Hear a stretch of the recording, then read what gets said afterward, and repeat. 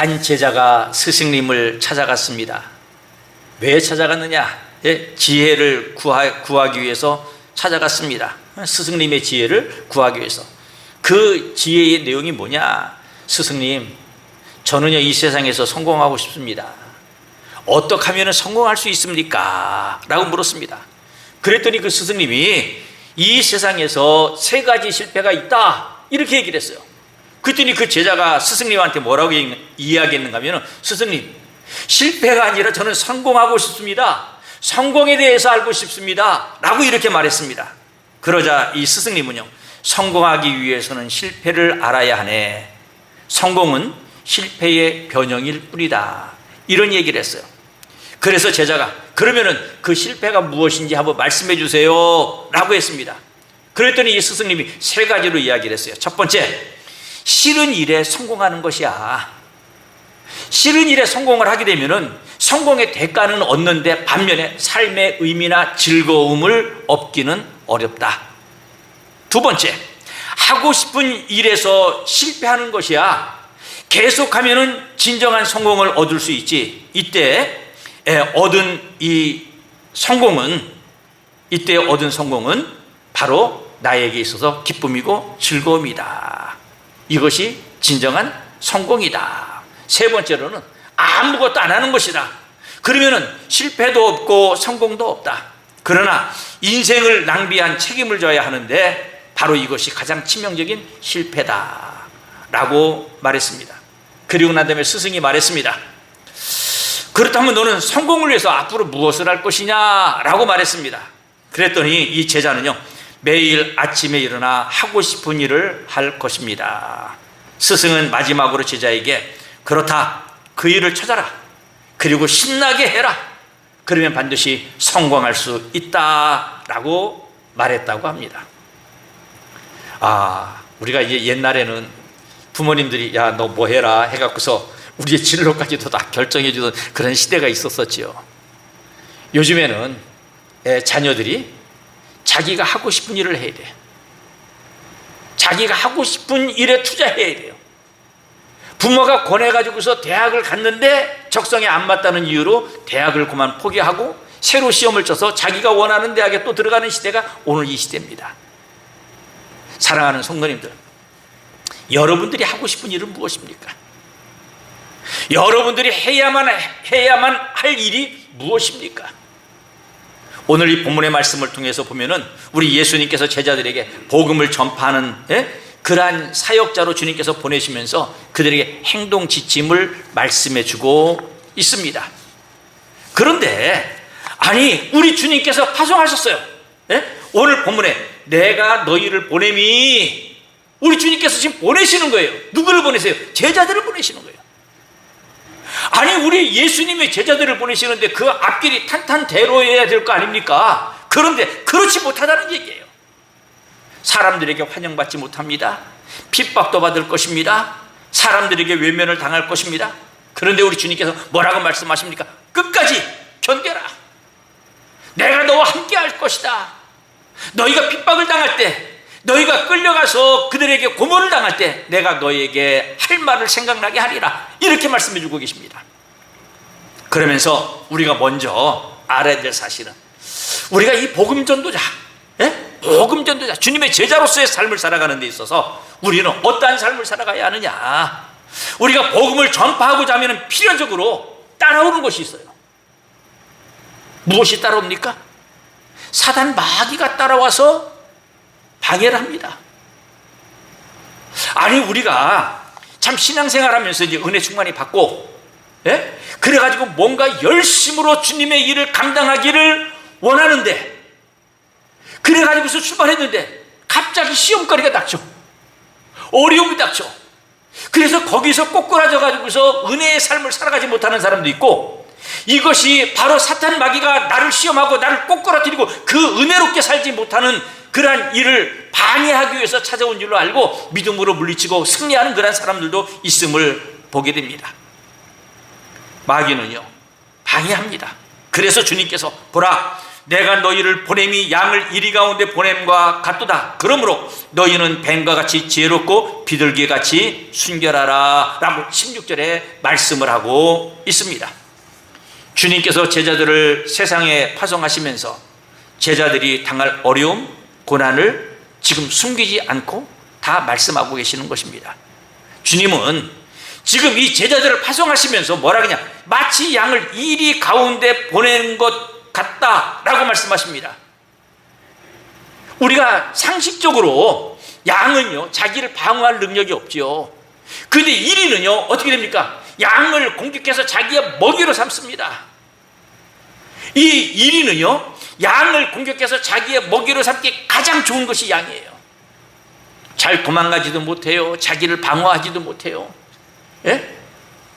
그러니까 이리는요 아주 교활하고 힘이 있고, 예? 그래가지고서 지금 우리 주님께서 뭐래? 내가 너희를 보냄이 마치 양을 이리 가운데 보내는 것 같다. 아니, 지금 이 말을요 우리가 지금 오해를 하게 되면은 무슨 오해가 생기느냐 하면은 우리 주님께서 지금 주님의 제자들을 보내면서 사지로 몰아넣는 것 같아요. 죽으라고 보내는 것 같습니다. 그런데 우리가 알아야 될 사실은 뭐냐? 우리 주님께서 그들에게 사명을 주시면서 나가서 복음을 증거해라, 복음의 증인으로 살아라 라고 말씀하시면서 너희가 세상으로 나가는데 세상이 이렇게 험하고 힘들고 어렵다 라고 하는 사실을 지금 상기시켜주고 있는 것입니다. 우리 사랑하는 성도님들, 이거를 좀 다른 말로 표현한다면 우리에게 맡겨진 사명을 감당하기가 쉽지가 않다는 얘기예요. 사명을 감당하기 위해서는 우리가 어떻게 마음의 각오를 철저히 하고 성령으로 무장하고 우리 주님을 의지하고 그리고 세상에 나가야 된다는 말씀이에요. 우리가 좀 목사가 이렇게 이야기하면은 여러분들 시험에 들 수도 있습니다만은 여러분들 성령 충만하고 우리 주님을 의지하고, 예? 그래가지고서 믿음 충만으로 우리가 세상을 나갔는데, 세상에 나가서 복음을 증거하는데 쉽게 됩니까? 안 됩니다. 힘들고 어렵습니다. 이렇게 복음 증거가 힘들고 어렵다는 것을 지금 우리 주님께서 말씀하고 있는 거예요. 이 복음 전도는요 모든 사람들이 다 환영하는 일이 아니에요. 매우 힘들고 어려운 일이에요. 예수님이 지금 이것을 확인시켜 주는 거예요. 그냥 뭐 간단한 마음을 갖고 그럼 뭐 되겠지 해가지고서 나가게 되면 오히려 실망하고 절망하고 낙심할 수밖에 없다 하는 것을 지금 말씀하고 있는 것입니다. 우리가 이제 일반적으로 우리 주님께서는요 순한 양 같은 제자들을 좀 이리 가운데 보내시는데, 예? 일반적으로 이 목자는요 양을 이리 가운데 보냅니까? 안 보냅니다. 이리가 오면 쫓아냅니다. 이리가 오면 그들을 쳐서 물리칩니다. 그런데 우리 주님은요 양을 이리 가운데 보낸 것 같다 이렇게 말씀하셨어요. 왜 이와 같이 그들을 보내시려고 합니까? 그 이유는요 복음을 전하기 위해서, 복음을 전하기 위해서. 그래서 주님께서 주시는 메시지가 이와 같이 세상이 힘들고 어렵다, 이러한 세상에서 너희가 가져야 될 것이 있다. 우리 주님께서 주시는 모든 것을 다 가지고 있음에도 불구하고 우리는 어떠냐? 첫째로는 지혜롭게 행해야 된다. 둘째로는 순결해라. 이 말씀을 지금 하고 있어요. 여기서 뱀같이 지혜롭고, 이 뱀은요 우리가 생각했을 때 별로 인식이 안 좋아요. 그런데 이 뱀이나 지금 이 창세기 3장에 나오는 그 하와를 꼬셨던 뱀이나 똑같은 용어예요. 그래서 이 뱀은요 하와로 하여금 선악과를 따먹도록 미혹한 관계 그리고 교활함에 대한 이야기를 할 때 이 뱀을 이야기합니다. 근데 본문에서는요 교활함이 아닌 지혜로움으로 얘기하고 있는 것입니다. 사랑하는 성도님들, 그 뱀이 하와를 꼬실 때 정말 어떻게 꼬실까? 넘어가게 꼬신 거예요. 어떻게 말하면 아주 뭐 지혜롭고, 예? 언변도 뛰어나고, 그가 그 얘기를 들었을 때 혹할 만큼 우리가 하나님의 말씀을 증거할 때 우리가 이러한 지혜를 가지라라는 말씀입니다. 사랑하는 성도님들, 저는요 요 근래에 보았던 뉴스 가운데 하나가 그 4월 초 8일이에요. 예? 부처가 오신 그런 날이었는데, 아니 그날에 그 기독교인들이 이렇게 조계사 앞에 나가서 찬송도 부르고, 그러니까 그들이 하는 행사를 이제 방해한 거예요. 찬송도 부르고 예수님만이 구원이시고 불교는 가짜다라고 거기서 막 외쳐댄 거예요. 이제 제가 이 이야기를 왜 하느냐, 여러분들 이게 과연 지혜로운 행동인가 한번 살펴봐야 합니다. 복음을 전하는 것은 좋아요. 근데 복음을 전하는 것도 때와 장소가 있다는 얘기예요. 지금 그 사람들은요, 불교에 심취되어 있는 사람이에요.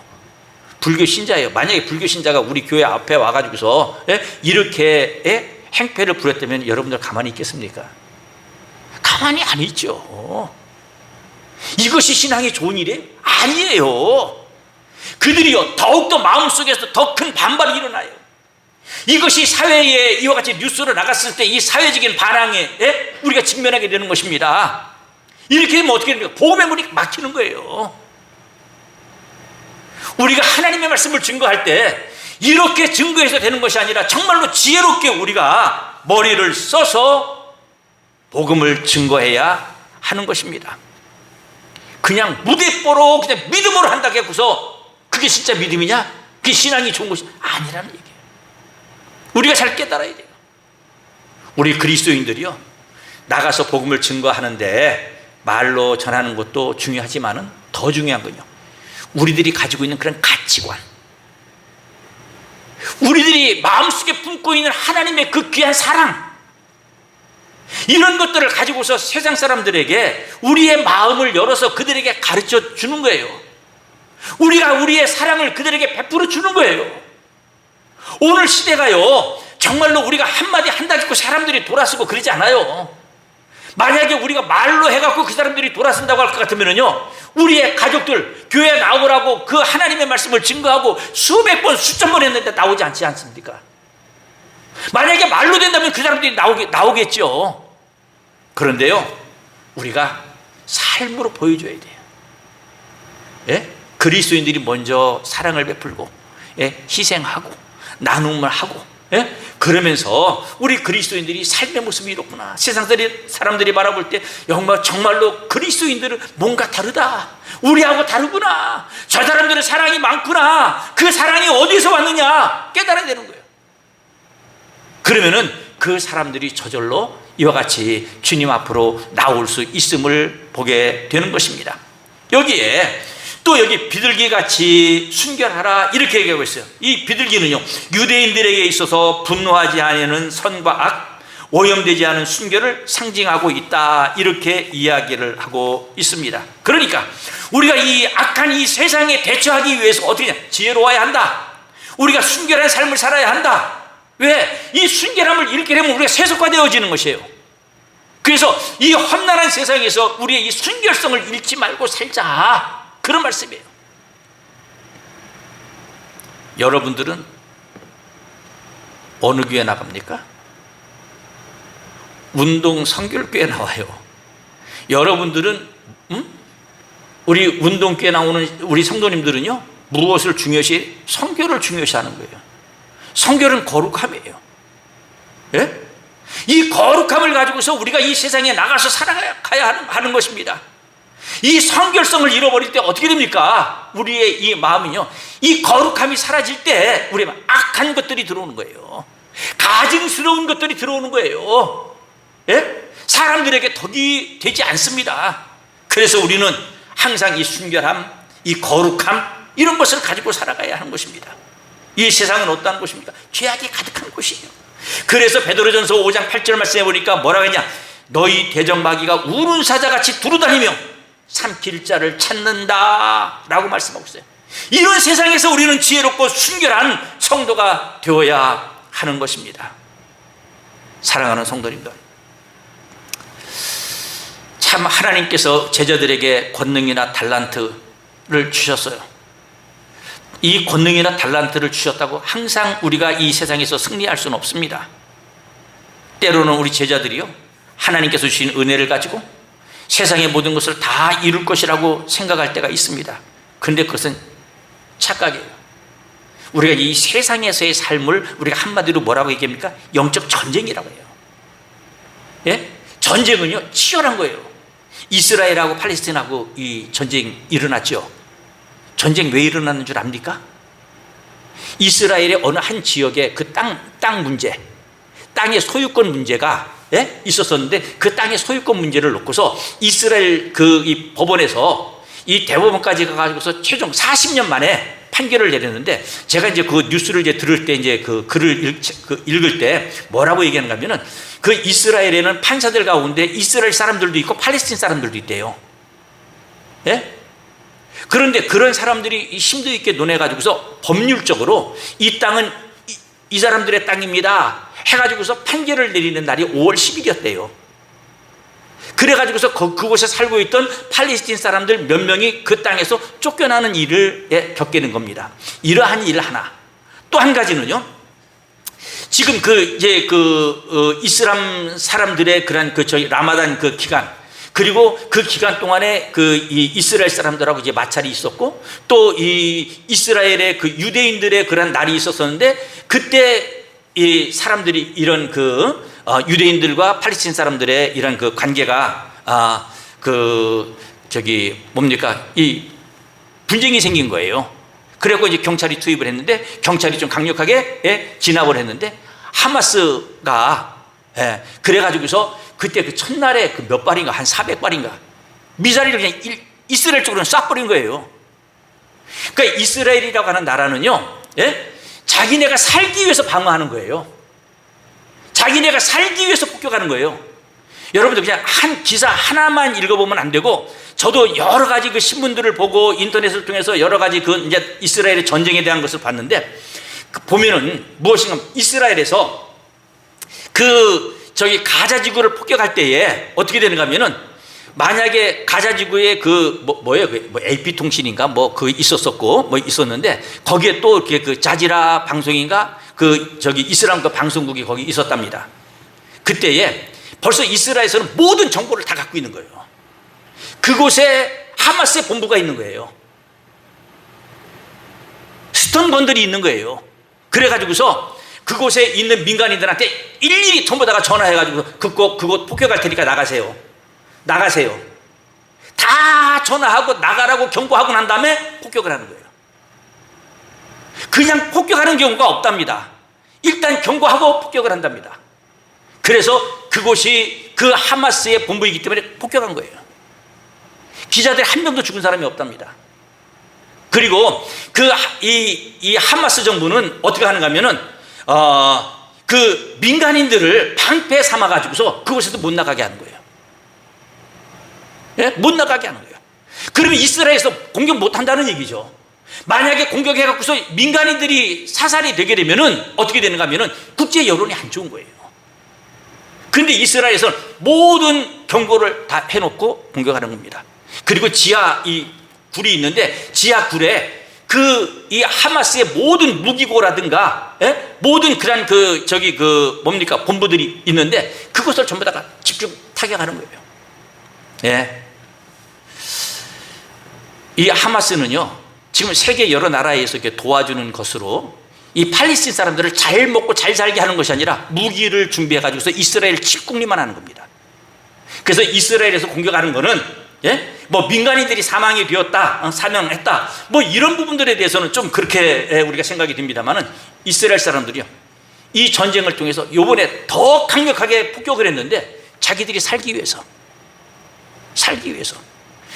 이거 이제 보도가 안 된 그 사건인데, 북쪽에 있는 레바논에서도 침략을 했고, 동쪽 요르단 쪽에서도 이 이슬람 세력들이 왔고, 그리고 이 가자지구하고는 전쟁을 하고 있고, 동예루살렘 쪽에 팔레스틴 사람들하고 이스라엘 사람들하고의 관계에서 여기서도 폭동이 일어나고, 그래서 이스라엘에서는 여러 군데에서 지금 방어해야 되는 그러한 상황에 직면해 있다. 이제 이런 얘기를 저는 이제 기사를 통해 가지고서 읽고 또 보기도 했습니다. 제가 왜 이런 얘기냐? 영적 전쟁은요, 그냥 이루어지는 것이 아니라 이렇게 치열한 거예요. 우리가 세상에 나가고서 전쟁하는데 마귀 사탄이 가만히 있겠습니까? 우리가 하는 일을 아무리 하나님의 능력을 받고서 왔다고 해도 그 세력들이 가만히 있겠습니까? 이 사탄의 세력 결코 만만하지 않다는 얘기예요. 그래서 악한 마귀와 사탄을 이기기 위해서는 하나님의 능력, 성령의 역사가 절대적으로 필요한 겁니다. 그래서 우리가 복음을 들고 나가는 그런 사람들은 하나님을 절대적으로 의지하고 하나님께서 주시는 능력을 받을 때에 우리는 승리할 수 있음을 말씀하고 있어요. 세상이 그렇게 힘들고 어렵다는 것을 지금 전제로 깔고 있는 거예요. 우리가 이 복음이라고 하는 뜻이 뭡니까? 좋은 소식, 좋은 소리, 다시 말해서 평화를 불러와야 하는데 때로는 이 복음이 말할 수 없는 고통을 불러오기도 합니다. 그래서 복음을 전하는 제자들이 사람들에게 미움받기도 합니다. 억울한 일을 겪기도 합니다. 그래서 많은 사람들이 복음 전도를 할 때 중도에 포기하기도 합니다. 사명감이 있는 제자들만이 끝까지 복음을 전파하게 됩니다. 그래서 주님께서 제자들을 보내시면서 사람들을 삼가라. 그들이 너희를 공회에 넘겨주겠고 그들의 회당에서 채찍질하리니 또 너희가 나로 말미암아 총독들과 임금들 앞에 끌려가리니 이는 그들과 이방인들에게 증거가 되게 하려 하심이라. 너희를 넘겨줄 때에 어떻게 또는 무엇을 말할까 염려하지 말라. 그때에 너희에게 할 말을 주시리니 말하는 이는 너희가 아니라 너희 속에 말씀하시는 이 곧 너희 아버지의 성령이시라. 장차 형제가 형제를 아버지가 자식을 죽는 데에 내어주며 자식들이 부모를 대적하여 죽게 하리라. 또 너희가 내 이름으로 말미암아 모든 사람에게 미움을 받을 것이나 끝까지 견디는 자는 구원을 얻으리라 라고 17절에서부터 22절에 말씀을 하고 있습니다. 이 말씀을 요약하면은 우리 제자들은요 성령님을 의지해야 한다라는 말씀입니다. 두 번째는 제자들이 아무리 뱀처럼 지혜롭게 행동한다 할지라도 핍박을 당할 것이다. 또 주님께서 이 제자들이 유대인들의 핍박을 받아 공회에 넘겨질 것을 예상하고 있어요. 공회에 넘겨져서 거기서 재판을 받게 된다는 얘기예요. 또 이 회당은요 유대인들이 안식일마다 모여서 율법의 두루마리를 읽고 기도하는 곳입니다. 그러니까 이곳에서 그들이 핍박을 받게 되는데 유대인들에 의해서 핍박을 받을 것임을 말씀하고 있습니다. 그럼 이 핍박을 왜 받느냐? 핍박의 이유는요 예수님 때문에 핍박받는 거예요. 그래서 여기 18절에 또 너희가 나로 말미암아 총독들과 임금들 앞에 끌려가리니 누구로 말미암아? 예수님으로 말미암아. 아니 우리가 이제 이 말씀을 보게 되면요 세상 사람들은 우리가 미운 것이 아니라 누가 미워요? 하나님이 믿고 예수님이 믿다는 얘기예요. 그러니까 우리를 이와 같이 힘들게 어렵게 하고 우리를 대적하는 것은 누구를 대적하는 것이냐? 하나님을 대적하는 것이에요. 그러니까 이 대적하는 그런 세력들의 왕이 누구냐? 사탄 마귀요. 그러니까 하나님을 대적하는 거예요. 우리가 볼 때는 사람이 잘못했고 사람들을 미워하는 것 같지만 실제로는 영적으로는 그렇지 않다 하는 것을 말씀을 하고 있는 것입니다. 이렇게 힘들고 어려운 그러한 삶을 살게 될 것이고 또 복음을 증거할 때 이러한 일들이 닥치는데 주님은 놀랍게도 갑자기 이런 말씀을 하세요.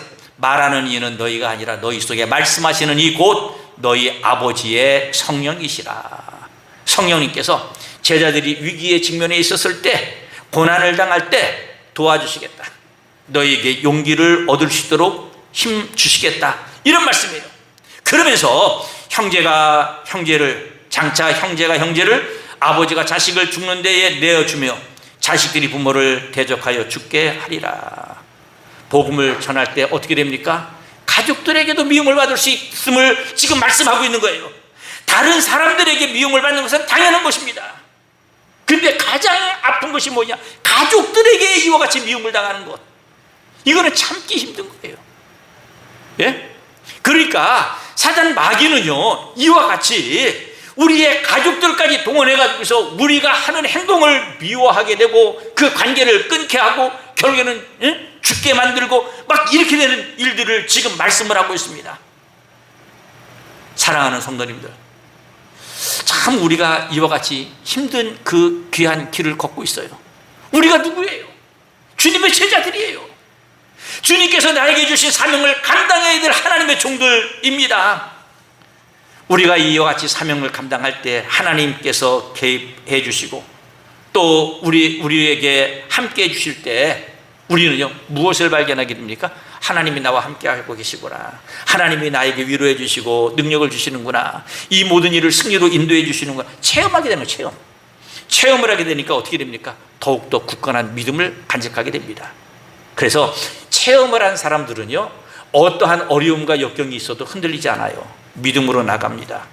체험이 부족한 사람들은 어떻게 됩니까? 조금 힘들고 어려운 일들이 오면 쓰러지고 넘어지고, 예? 좌절하고, 예? 모든 것을 그냥 내려놓게 됩니다. 사랑하는 성도님들, 우리가 그냥 이 세상에 나가서 복음을 증거하는 일을 쉽게 생각하지 마시고, 우리가 이와 같이 그 귀한 사명을 감당하기 위해서는 어떻게 됩니까? 준비를 많이 해야 돼요. 기도해야 돼요. 예? 말씀 충만해야 돼요. 나의 사리사욕을 내려놔야 돼요. 근데 여러분들, 핍박이 없으면 어떻게 됩니까? 핍박이 없으면 너무너무 좋은 것 같죠? 근데 반대로 영적으로는 안 좋습니다. 핍박이 없는 너무나 평화로운 세상이 다가오면요, 사람들이 기도하지 않아요. 왜? 평화로우니까. 예? 아니, 세상이 너무 평화롭고 좋으면요, 하나님의 말씀을 증거해도요, 사람들이 받아들이지 않아. 왜? 지금 내가 이렇게 사는 것도 행복한데, 지금 이와 같이 행복하고 평화롭게 잘 사는데, 아니, 우리가 물질적으로 힘들고 어려운 게 없는데, 그러다 보니까 사람들이 하나님의 말씀을 전하지도 않아요. 이렇게 평안하고 잘 나갈 때는 사람들이 일반적으로 나타나는 현상이 무엇인가 하면은 자기의 사리사욕을 쫓아서 살게 되더라 라는 것입니다. 결국에는 이러한 삶을 살아가는 사람들은 어떻게 되느냐? 타락으로 가게 되어짐을 보게 되는 것입니다. 사랑하는 성도님들, 우리가 이와 같이 여러 가지 핍박을 당하고 환난을 당할 때, 여러분들, 우리가 할 수 있는 일이 뭐예요? 정말 너무 힘들고 어려우니까 기도하는 거예요. 엎드려서 기도하는 거예요. 이렇게 힘들고 어려울 때 어떻게 합니까? 하나님을 더욱더 의지하고 굳게 붙들게 되는 것입니다. 하나님, 내 힘과 내 능력대로 나가서 보니까 안 됩니다. 하나님, 나를 도와주시옵소서. 자꾸만 주님을 의지하게 되는 거예요. 이런 가운데서 우리의 믿음이 자라고, 우리의 열심이 자라고, 우리가 더욱더 굳건한 믿음 가운데 거하게 되는 것을 우리는 보게 됩니다. 그래서 우리 그리스도인들은 이와 같이 주님께서 우리에게 맡겨주신 귀한 사명을 잘 감당해야 돼요. 끝까지 감당해야 돼요. 끝까지 포기하지 않아야 돼요. 주님께서 지금 이 말씀하시려고 하는 것입니다. 그러면서 이 제자들이 전도를 포기할 수 없는 이유는, 복음을 전파하다가 박해를 받을지라도 주님께서 머지않아 이 땅에 오실 것이다. 주님께서 오시는 그날에는 어떻게 됩니까? 우리는 힘들게 싸웠습니다. 영적 전투를 했어요. 그런데 그때는 우리 주님께서 우리의 모든 것들을 다 털어주시고, 예? 우리를 귀한 존재로 세워주시고, 우리 주님의 품에 안길 때 그때의 그 영광과 기쁨 이루 말할 수가 없습니다. 그래서 뭐라고 말씀하십니까? 예? 진실로 너희에게 이르노니 이스라엘의 모든 동네를 다 다니지 못하여 인자가 오리라 라고 말씀하십니다. 우리 믿음의 성도들의 마지막 그 희망이 무엇입니까? 주님께서 이 땅에 오신다는 말씀이에요. 지금 이 코로나 시대, 이 코로나, 예? 이게 지금 이게 2차 세계대전 때에 죽었던 사람들보다 더 많이 죽었다, 이제 이런 얘기들도 나오는데, 예, 여러분들, 이 코로나로 인하여서 당하는 그런 고난과 고통, 이것도 마지막 때의 하나의 현상일 수도 있어요.